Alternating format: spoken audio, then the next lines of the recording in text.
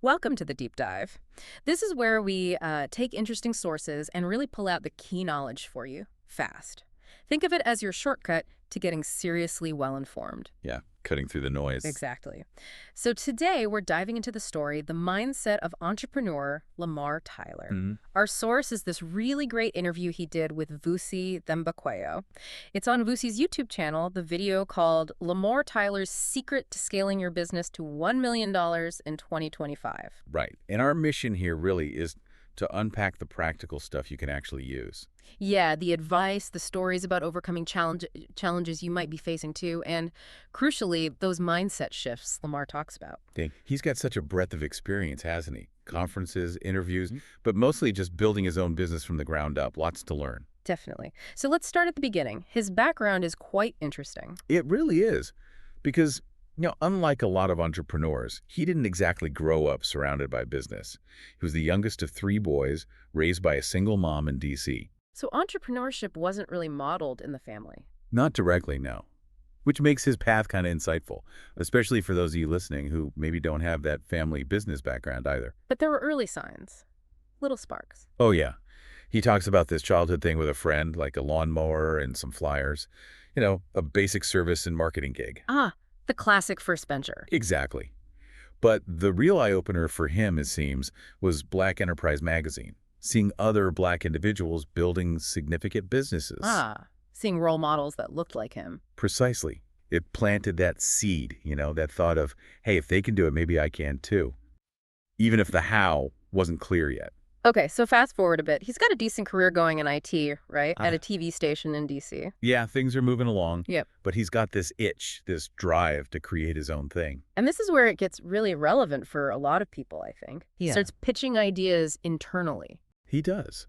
Forward-thinking ideas, focused on the internet, which was still, relatively new territory for established media then. Like what kind of ideas? Things like using local musicians for online content, creating streaming stuff for federal workers during their lunch breaks.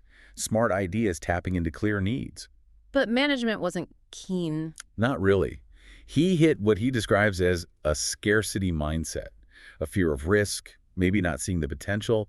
They just weren't ready to jump on these new opportunities, even though some of his early web stuff was actually working. That must have been incredibly frustrating, having the vision but not the authority to make it happen. Totally. And that frustration, that feeling of seeing opportunities missed, that really became the catalyst, didn't it? It pushed him towards wanting his own thing. Yeah, he mentions that pivotal moment telling his wife. Right. That he wasn't going to give away his million-dollar ideas anymore. That's a powerful statement, a real turning point. It shows you sometimes need that friction, that constraint to actually push you out of the nest, so to speak. Absolutely. It forces you to ask if your vision needs a different playing field. So they make the leap. 2007, they launch a blog. This is MySpace era. Yeah. Remember? Ancient internet history. And the focus was relationships in the African-American community. What stands out to me is how they approached it from day one. You mean professionally? Yeah, getting the domain, Yeah. proper hosting. Even without knowing if it would fly, they treated it like a real business, not just a side hobby. That intentionality is key. And growth was gradual at first, right? Maybe just 1 or 2 articles a week. But it grew. Community engagement, people started sending in their own articles. Unsolicited stuff, yeah. Shows they tapped into something real, a niche that wanted a voice. And this brings us to a huge point Lamar makes about starting, something many, many people struggle with. Perfectionism, the great killer of dreams. Right. He talks about his launch it, analyze it, optimize it framework, LAO. Love that. The story about the ugly logo and the first website. So relatable. Totally. We all get stuck wanting everything perfect before we even start. But his argument is that perfectionism is usually just fear in disguise, isn't it? Fear of what people will think, fear of failing. Exactly. LAO says, just get it out there, even if it's rough. Then learn from the real world. That feedback is worth gold. Way more valuable than tweaking endlessly in isolation. Imperfect action beats perfect inaction every time. It's such a good reminder. Just start. Learn as you go. And let's be real about the effort involved here. They weren't just casually blogging. No way. They both had demanding 9-to-5s. Lamar at the TV station, his wife at IBM. Long commutes, 4 young kids. Wow. That's a lot to juggle. Seriously. So what kept them going in those early days? It wasn't money. Not initially, no.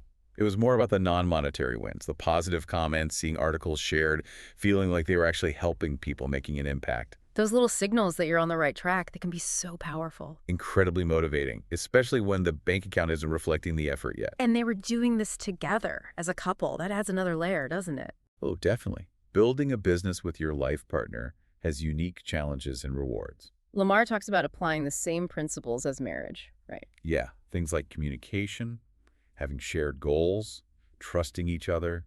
Those are fundamental in both contexts, aligning the personal and the professional. He had that funny line about balancing. Haha, yeah, the balance sheet questions versus flowers. It's relatable for any couple mixing business and life. You gotta find that balance. And recognize each other's strengths. Remember, you're on the same team, even when you disagree about, say, a marketing strategy. That's crucial. Now let's talk about failure. Lamar has a really refreshing take on this. He really does. He doesn't see it as this big dramatic event to be avoided at all costs. No, he sees it as normal. Frequent, even. He actually says he probably wins more because he fails more, which sounds counterintuitive at first. But it makes sense if you frame it as iteration, right? Trying lots of things quickly to find what works. Exactly. Don't get stuck on the failures. Learn fast, move on. I love his phrase for it. Leave the crime scene. Yeah. Don't overanalyze. Don't beat yourself up. Just extract the lesson and on to the next thing. That takes a certain mindset, a certain resilience. It does. And it helps manage the overwhelm, which is inevitable in entrepreneurship. He also mentions being an ambivert. Right. High energy in public. Yeah. But needing that quiet time to recharge, that's important for self-awareness. And having a support system. Yeah. Other entrepreneurs. Crucial. Especially when your spouse is your business partner. You both need outside perspective sometimes, people who get the unique pressures. Okay, let's shift gears to ambition. This is a big one. Lamar challenges that common goal. The six-figure business dream. Yeah, he pushes back on that. Why? What's his take? Well, he argues it often shows a lack of bigger thinking and a misunderstanding of business reality. Meaning $100 revenue isn't the same as a $100 K salary. Exactly. No benefits, way more work, more risk. Plus, he points out how vulnerable smaller businesses are, like what happened to many Black-owned businesses during the first few months of COVID. That's a sobering point. So aiming higher isn't just greed, it's about sustainability. It forces a different level of thinking. If your goal is suddenly $2.5 million or $25 million, you have to think about delegation, systems, serious marketing operations. Your whole strategy has to change. Right. You can't just hustle your way there. It demands building a real scalable entity. Thinking bigger unlocks different solutions.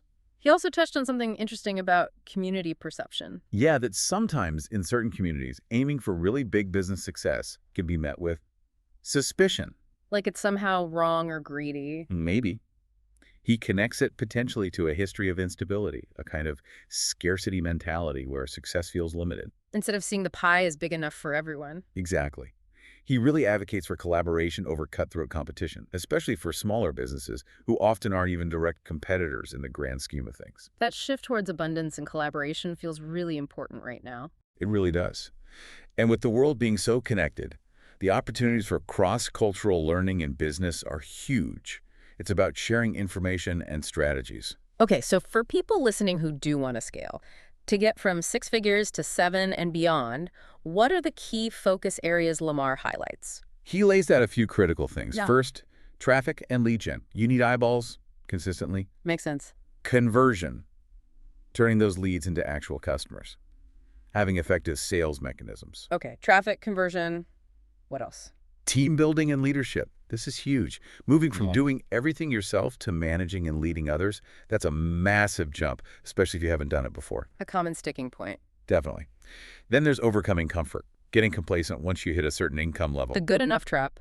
Right. And finally, internal drive. Hmm. Having a mission beyond just the money to keep you pushing. So the skills needed, there are things like leadership, strategy, delegation. And crucially, developing other leaders within your team, not just hiring technicians. Avoiding that trap of hiring people who just do tasks but still need constant direction from you. Exactly. That leads straight to burnout. He suggests building top-down hire leaders who can then build and manage their own parts of the operation. Smart. Okay, now this next part is super practical, the fast cash strategies. Yes. This isn't about dodgy schemes. It's about focused tactics to generate revenue quickly which you can then reinvest for bigger growth. And he uses the acronym PURE. Let's break it down. P is for. Proposals, but specifically streamlining them. Maybe not even needing long proposals, just clear pricing. And following up. Systematically. Yes. He nails it when he says hesitation often comes from lack of confidence in your pricing.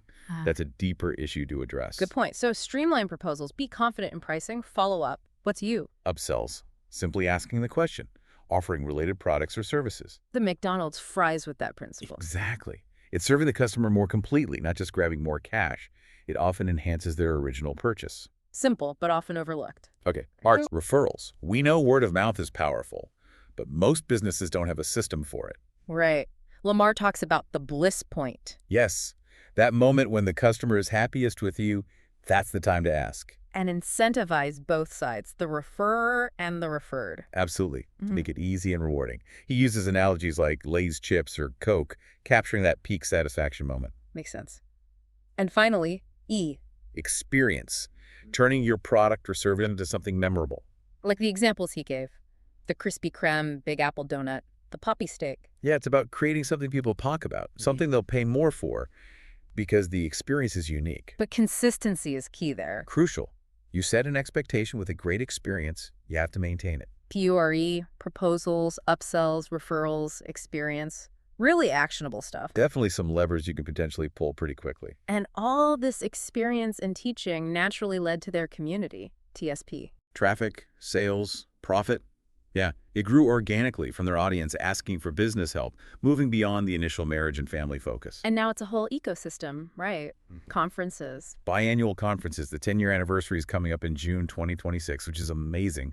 Plus support for businesses at all levels, from startup to 7 and 8 figures. And they're thinking globally now, too. Yeah, collaborations in the UK, like with Raphael Sofol and UK Black Business Week, and a real focus on serving entrepreneurs in Africa, too. It shows that entrepreneurial drive is universal. Absolutely. The ambition is there everywhere. It's often the information and strategy that are needed to unlock it. So, wrapping this all up, what's the big takeaway from this deep dive into Lamar Tyler's journey?